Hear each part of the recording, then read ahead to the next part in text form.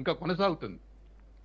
నుమన్ గారు, అది ప్రధాన వెనక. నర్వస్నెస్ అంటే బీఆర్ఎస్ పార్టీ నర్వస్నెస్ అట్లా ఉంది సార్. ఆ అంశం గురించి నేను కాంబోజ్ గారిని అడుగుతాను. బిఫోర్ దట్ ఈ మాత్రం అంటే ఇది సులువుగా కాంగ్రెస్ పార్టీ అభివృద్ధి చేసింది కాబట్టి కాంగ్రెస్ పార్టీ అభివృద్ధిని చూసి ప్రజలు ఓట్లేశారు అనేది మాత్రం కాదు. ఇక్కడ మిమ్మల్ని మొదటి నుంచి బీఆర్ఎస్ పార్టీ వెంటాడుతూనే ఉంది. లగచర్ల మొదలు మొన్న నైని బొగ్గు గనుల వరకు కూడా బీఆర్ఎస్ పార్టీ ప్రతిరోజు ప్రతి అంశం మీద వెంటాడుతూనే ఉంది. ఆ వెంటాడమే ఈరోజు ముఖ్యమంత్రి రంగంలోకి దిగాల్సినటువంటి పరిస్థితి. అంటే ఒక చిన్న పావునైనా పెద్ద కర్రతో కొట్టాలన్నటువంటి ఉదాహరణ శేషు సార్ వాడారు. బట్ ఆ పాము బలంగా ఉంది.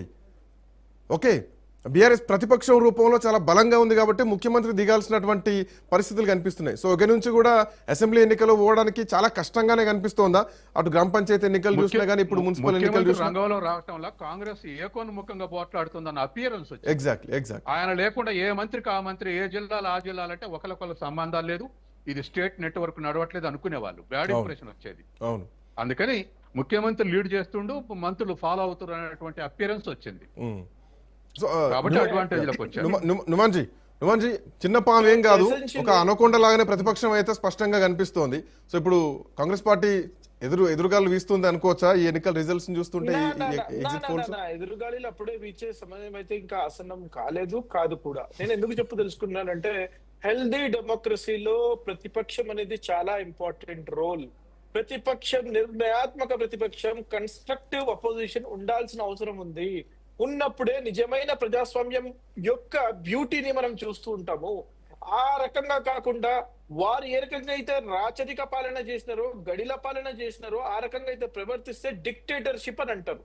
వారు ఇష్టారాజ్యంగా చేస్తారు, ఇష్టం వచ్చినటువంటి లాస్ ని తీసుకొస్తారు కాబట్టి, ప్రజల సంక్షేమం గురించి పట్టించుకోరు కాబట్టి, ప్రజాస్వామ్యంలో విలువలు ఉండవు కాబట్టి, మీడియా ఫోర్త్ ఎస్టేట్ ఉన్నటువంటి మీడియా మీద ఆంక్షలు తీసుకొస్తారు కాబట్టి, ఇవన్నీ ఇబ్బందులు ఏర్పడతాయి. కాబట్టి మనం ఒక హెల్దీ డెమోక్రసీ, కాంగ్రెస్ ముందు నుంచి కూడా డెమోక్రటిక్ వాల్యూస్ లో, డెమోక్రటిక్ ప్రిన్సిపల్స్ లో బిలీవ్ చేస్తున్నటువంటి పార్టీ కాంగ్రెస్ పార్టీ. అందుకని చెప్పేసి ఇందాక శేషు గారు చెప్పినా సరే, పెద్దలు సత్యం గారు చెప్పినా సరే, నేను ముందు నుంచే ఒకటే మాట చెప్తున్నాను, 80 to 85% మాకు వస్తాయని చెప్పేసి నేను చెప్తున్నాను. వారికి మీరు జూబ్లీహిల్స్ ఎలక్షన్ కూడా మీరు చూసుకుంటే 26,000 లీడ్, 26 to 30,000 లీడ్ మాకు వచ్చిందండి. వారికి 74,000 ఓట్లు వచ్చినా సరే మేము అధికారం, వాళ్ళ ఓటు బ్యాంక్ ఏం పోలేదు, వాళ్ళు అట్లనే ఉంది, కొనసాగింది. వాళ్ళ ఓటు బ్యాంక్ పెరగలేదేమో కానీ వాళ్ళ ఓటు బ్యాంక్ ఉంది. That is still fine. వాళ్ళు ఎంత డబ్బులు ఖర్చు పెట్టారు, వారు ఎంత కింద మీద పడ్డారు, వారు ఏ రకంగా అయితే డిస్కో తెక్కులు పెట్టి ఏ రకంగా అయితే చేశారు, ఏ రకంగా అయితే ప్రచారాలు చేసే హంగు ఆర్భాటాలు చేశారు, ప్రజలందరూ చూశారు. అయినా తిరస్కరించారు. ఈవెన్ 1 ఓట్ తో గెలిచినా సరే it is a win. Okay, but we have won with a considerable amount of votes. నేనేం చెప్పదలుచుకుంటున్నాను అని అంటే, ఇక్కడ కాంగ్రెస్ పార్టీకి ఎక్కడ కూడా బీఆర్ఎస్ పూతవేటు దూరంలో కూడా రాలేదు. 100% we're going in the right direction. మేము ఏదైతే కష్టపడుతున్నామో, ముఖ్యమంత్రి వర్యులు అంటారు, ద లీడర్షిప్ ఆఫ్ ముఖ్యమంత్రి వర్యులు రేవంత్ రెడ్డి గారు, మేము చాలా క్లియర్ గా, కేటగారికల్ గా మేము ముందుకు వెళ్తున్నాము. ఇంకో 2.5 సంవత్సరాలు మాకుంది. 2.5 సంవత్సరాలు మేము ఏదైతే హామీలు ఇచ్చామో ప్రతి ఒక్క హామీని నెరవేరుస్తాము.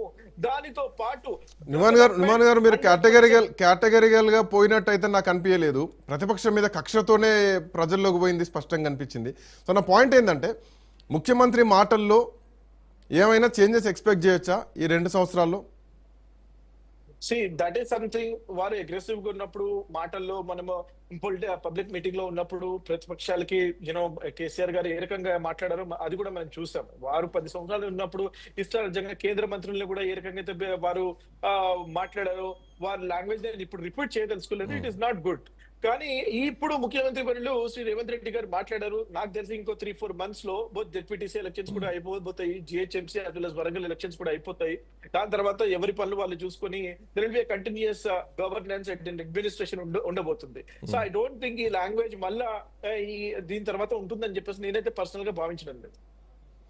కంబోజ్ గారు, స్థానిక నాయకత్వం స్టిల్ కొంత నిరాశగానే ఉందా? కొంత నర్వస్నెస్ కనిపిస్తోందా?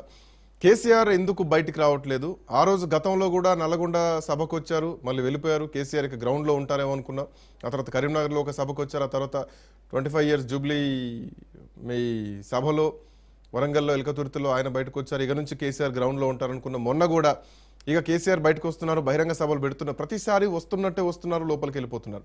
సో ఇట్లాంటి 2 సంవత్సరాల తర్వాత రాష్ట్ర వ్యాప్తంగా మున్సిపల్ ఎన్నికలు జరుగుతున్నా కానీ బట్ కేసీఆర్ మిస్ అవుతున్నారు. కేసీఆర్ లేని లోపం బీఆర్ఎస్ పార్టీలో కనిపిస్తోందా? సో ప్రజల్లో కూడా ఇది ఎక్స్పెక్ట్ చేస్తున్నారు కదా.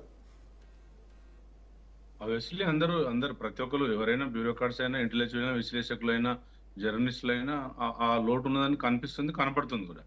ఇప్పుడు సత్యం సార్ చెప్పిన దానికి నేను ఒక 2 యాడ్ చేస్తాను. ఎందుకంటే లోకల్ బాడీకి జరిగినటువంటి ఎలక్షన్స్ లో ఒక మున్సిపల్ కౌన్సిల్ లో ఒక 4-5 ఫ్యాక్ట్లు వస్తాయి. వెంటనే ఎలక్షన్ పెడితే credits go to any government. అది నేను ఏమంటున్నానంటే, ఒకవేళ లాస్ట్ ఇయర్ ఫిబ్రవరిలో పెడితే కాంగ్రెస్ పార్టీకి బాగా ఫేవరబుల్ ఉండేది.